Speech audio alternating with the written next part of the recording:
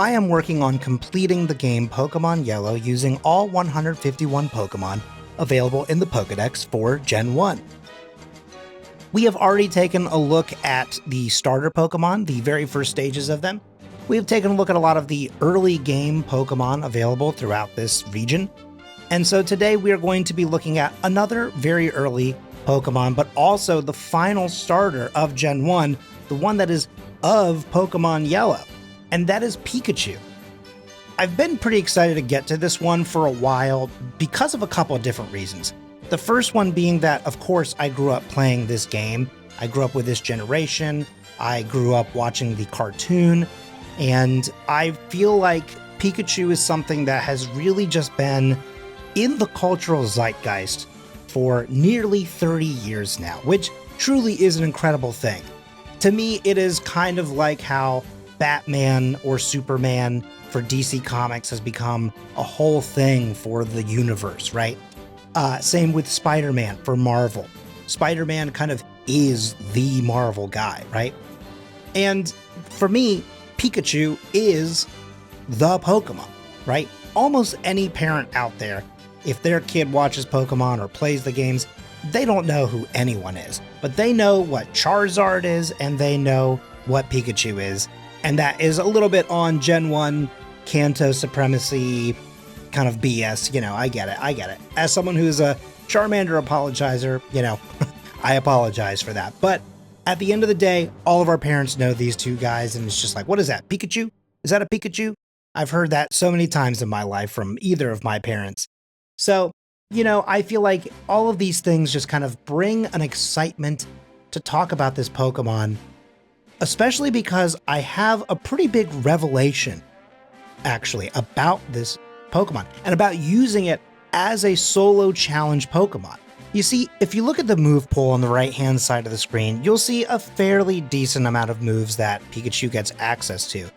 Almost all of them are electric and normal type, so that's not necessarily amazing, but he does get a setup move, and that's going to be very important later on in the video, and don't worry, I will explain what that means and why it's important, but there's another thing that we have to address first, right? And that is something that I think does stem truly from the cartoon, right? From the anime series of Pokemon. We have gone over 20 years of Ash Ketchum having a Pikachu, and truly the world's most spectacular Pikachu available. A Pikachu with what has to be perfect IVs and all EVs possible, even more so than you could actually give to a Pokemon. Like, it was just a truly perfect companion because his Pikachu was stronger than any Pikachu in existence. And this is mentioned in the anime, at least in the very beginning. Eventually, we kind of moved away from discussing that, but I do think it becomes a little bit more apparent when the fact that Pikachu was sort of soloing these god-tier Pokemon, and it really should not have been, right? And that is a thing that then has some complications for the games. And I say all of this to say the next statement. This is one of the big revelations, or really something that I've known for a long time, but it's a revelation in terms of the content, right, and this series.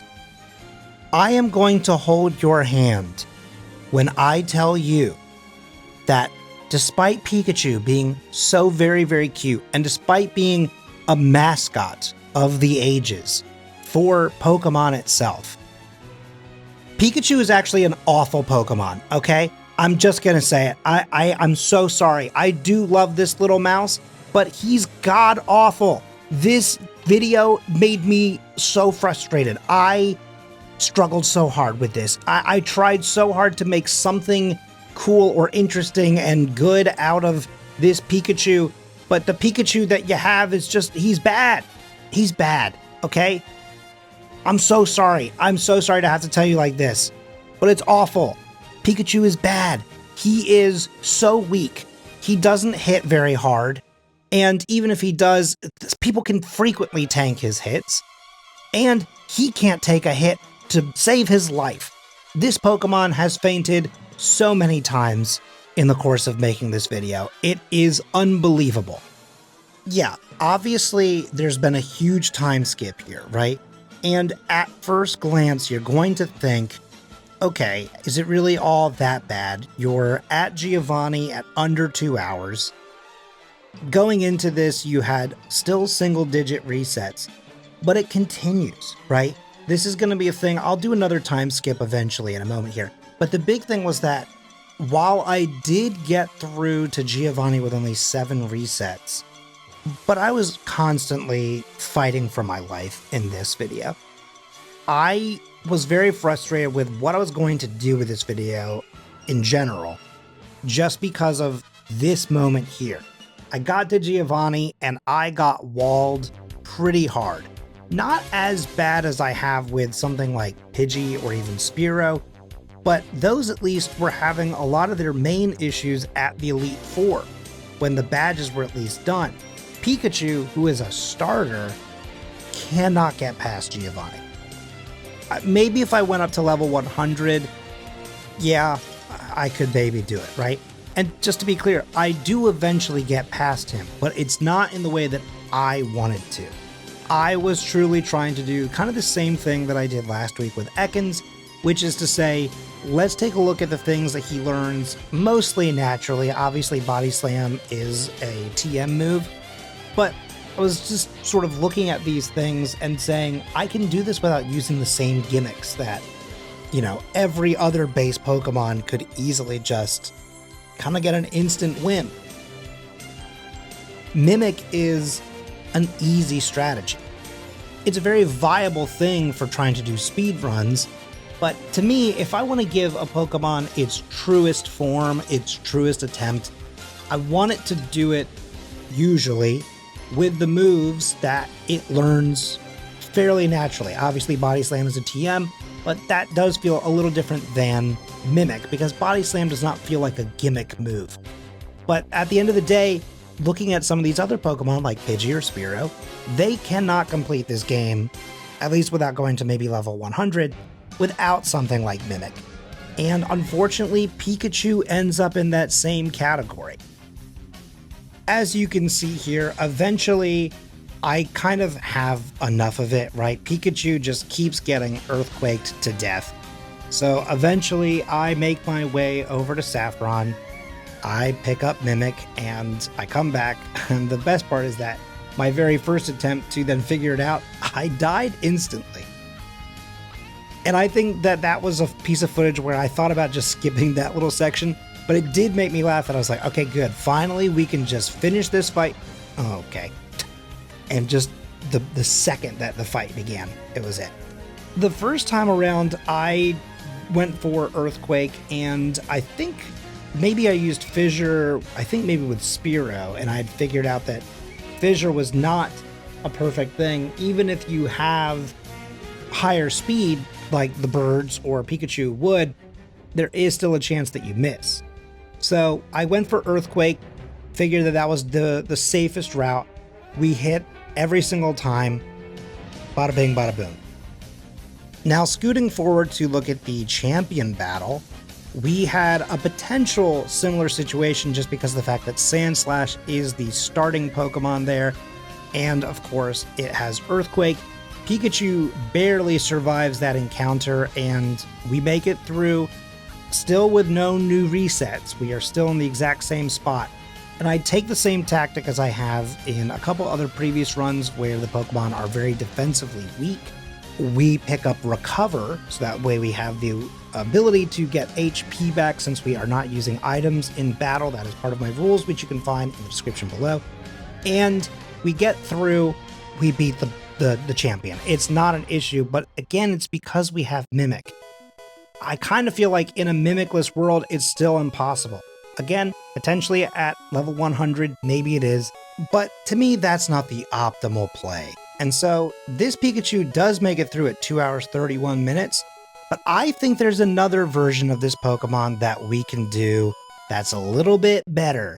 That's right, it is Surfing Pikachu. Now, I'm going to obviously put a caveat here, which is to say that there is no way to get your hands on a true blue Surfing Pikachu at this point in the world. It was an event-only Pokemon in the late 90s, in 99. So Surfing Pikachu is a thing that was basically made for, again, an event and for a mini game and all this other stuff. There was a lot of fun things. When you actually start the game, you can see this image that I have here on the left of Surfing Pikachu. There is flying moves for Pikachu, things like that. Like, there were some fun little additional elements that they were adding to make Pikachu interesting and potentially a little bit more well-rounded, in my opinion. And that is why I figured, okay, if we can get Surf on Pikachu, some of the bigger problems that he has will surely be curtailed a bit, right? Well, of course not. Don't be silly. Why would that be the case?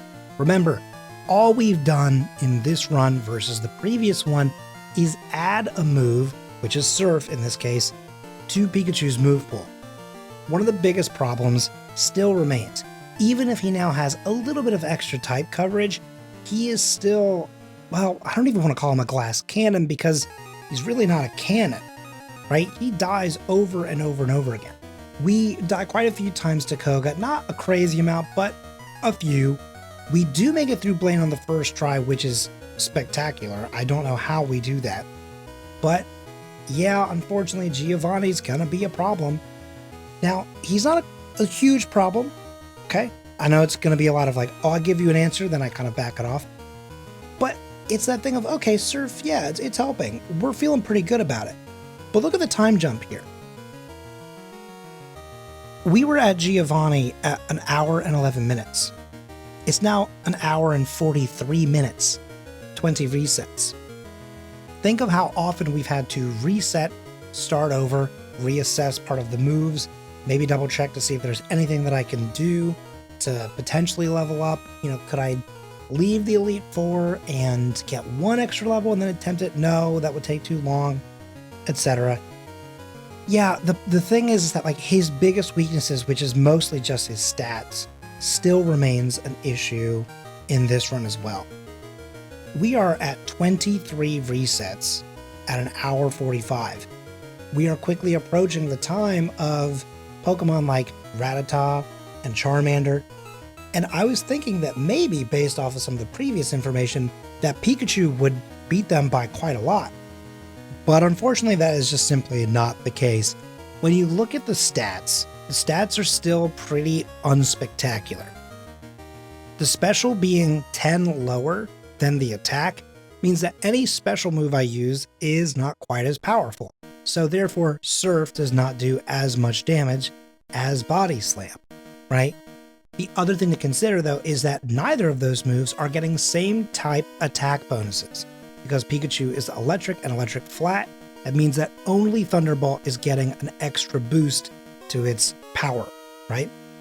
So you have those little bits of pieces of information kind of stacking up against Pikachu. The other thing is that he does have a setup move, which is a thing that I teased earlier and we're going to finally get into, and why it's important here. You see, in Gen 1, there was a very spectacular little glitch that happened, which was the badge boost glitch. You'll see it on 4 of these stats here for attack, defense, special, and speed. Every time we beat a specific gym, it's always every other gym, the Pokemon would get an extra boost to a specific stat, and it would build itself up.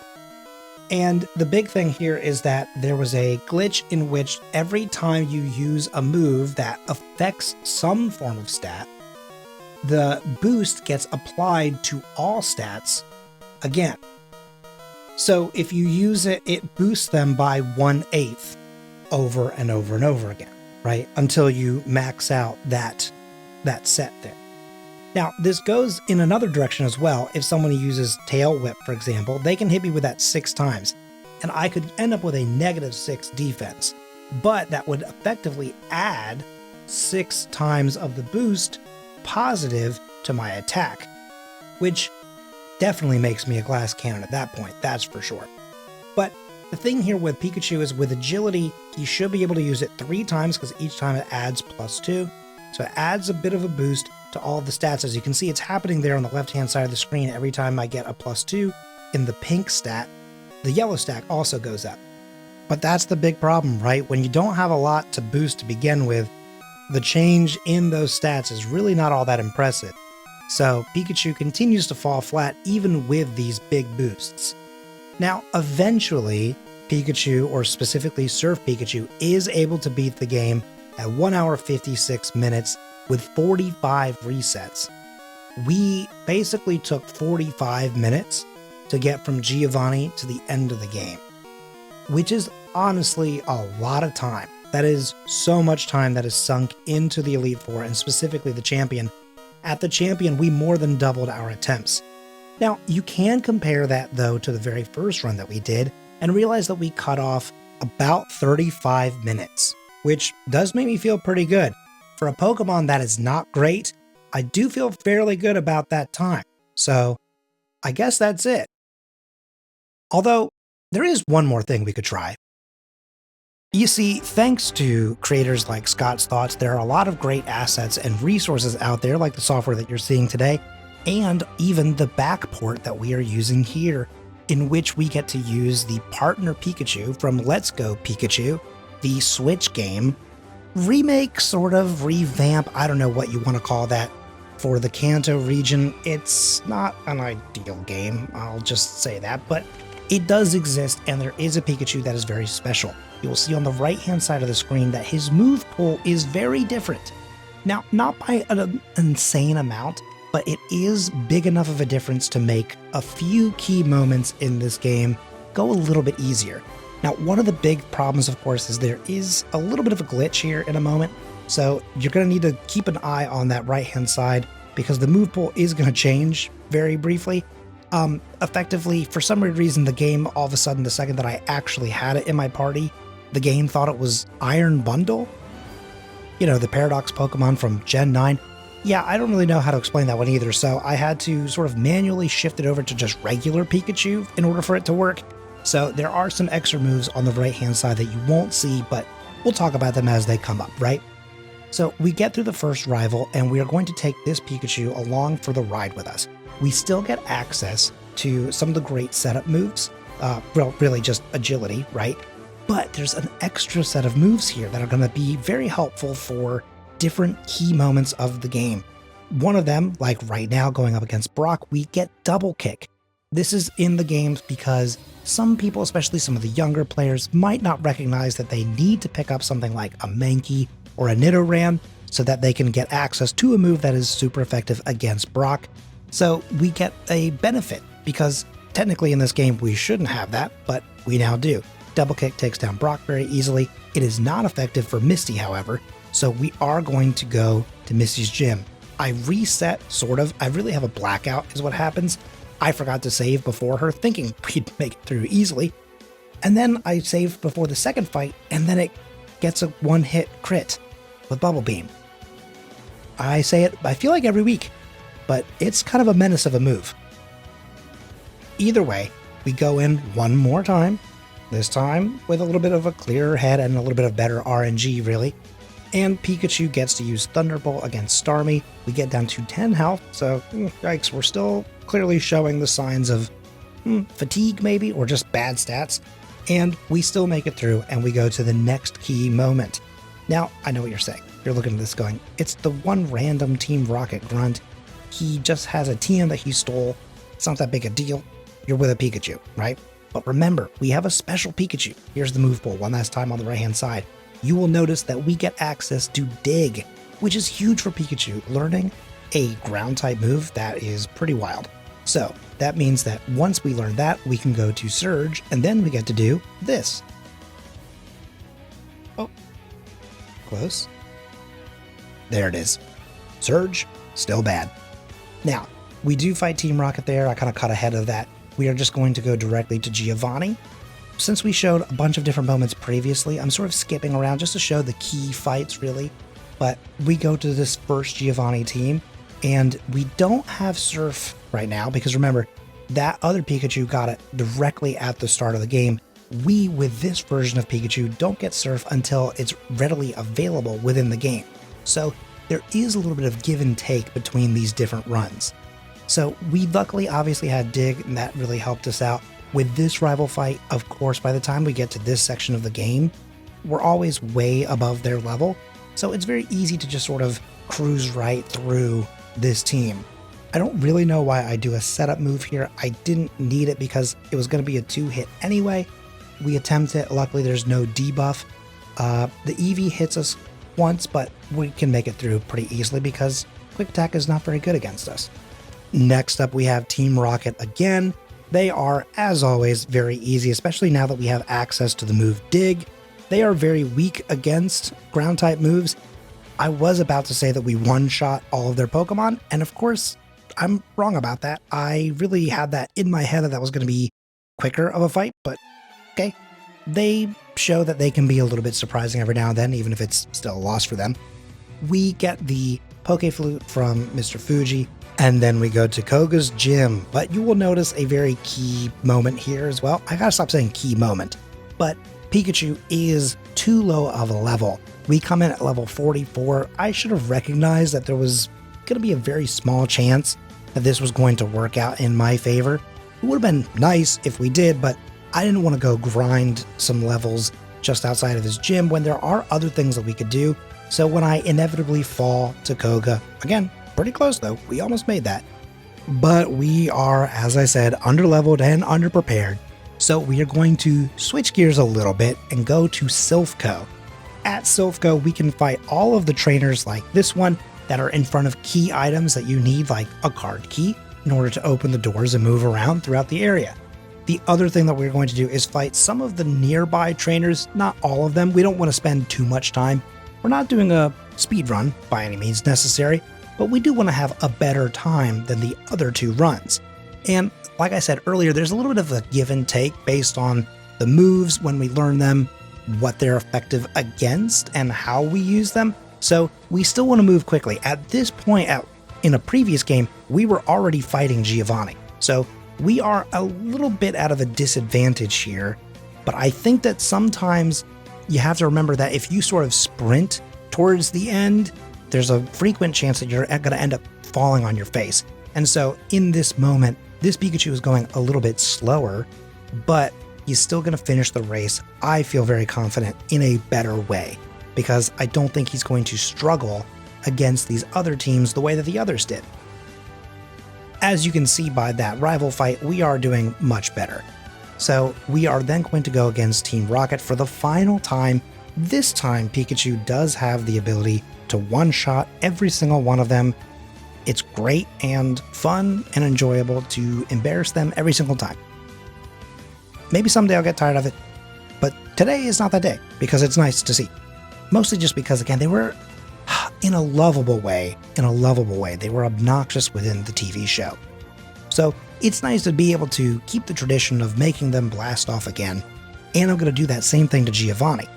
It is going to be a little bit of a tougher fight than when we did this with the Surfing Pikachu, because this Pikachu does not have Surf yet. But we do have Dig, and that is going to be good enough for us to get a pretty easy, I would say, win against this composition of the team. Only 4 Pokemon, only one with anything that's really kind of dangerous at all, but still not so much. Then again, we do get through the fight with only 5 HP, so Pikachu still has a long ways to go. Now we're going to backtrack to Koga's gym, this time for real. We do have the levels, we do have the powers, we're going to use them. Pikachu can Thunderbolt through the first few Pokemon here, and with great success actually. Pretty surprising that the 46th level one survived when the other two did not. But we then go to Venomoth, we get through, and honestly, much easier than I thought it was going to be. Perhaps that path would have been easier for us to take the first time, but it doesn't matter. We get through it, we get the win, we get the badge. We're going to go to Sabrina after picking up the HM for both Strength and for Surf. Now we're going to go up against her little team here. Abra is pretty easy to take on. I did not mean to use Surf, I did mean to use Dig. Luckily, the Kinesis did not go off. That could have been an easy reset there, but we get the Dig on both of them, and so therefore we win this badge. Then we go over to Blaine's gym. As always, I will not show Cinnabar Island. It is very difficult on the eyes, but we make it through the Pokemon Mansion pretty quickly, pretty easily, make our way through all the trainers for a little bit of extra experience points, fight Blaine, and this is going to be tough because I use Dig, he uses Reflect. Ooh, yikes. Okay, if that Fire Blast hit, would have been game over. Well, not game over, but we would have been a reset, right? Pikachu beats him though, and so then we get to go to Giovanni. We are behind a previous run, but we are looking stronger. It looks like we are powering through his team pretty well here. We did take a reset. I just didn't want to show it because we've seen the losses to this team quite a few times at this point. So after just one reset, we get the next badge. Easy peasy. We didn't even use the setup move this time. I actually think sometimes you want to do the setups, but because he's so effective against us, we just gotta really power through as quickly as we possibly can. Now, here against Lorelei's team, most of them are part water, so Thunderbolt is very effective against them. I probably don't need to do the setups, but the setups do help, especially when you go up against Jinx. Jinx is harder to take down just because of the solid ice type.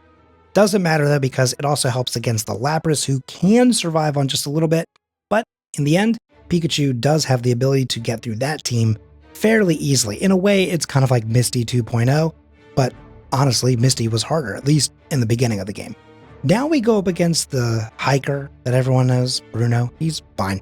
He's nothing to write home about, and especially once you have a move like Surf on your team, you can really just surf through everyone. I could not believe that Machamp lived that hit, but it's fine. It doesn't matter. He goes down without a hitch, or without a second hitch, whatever.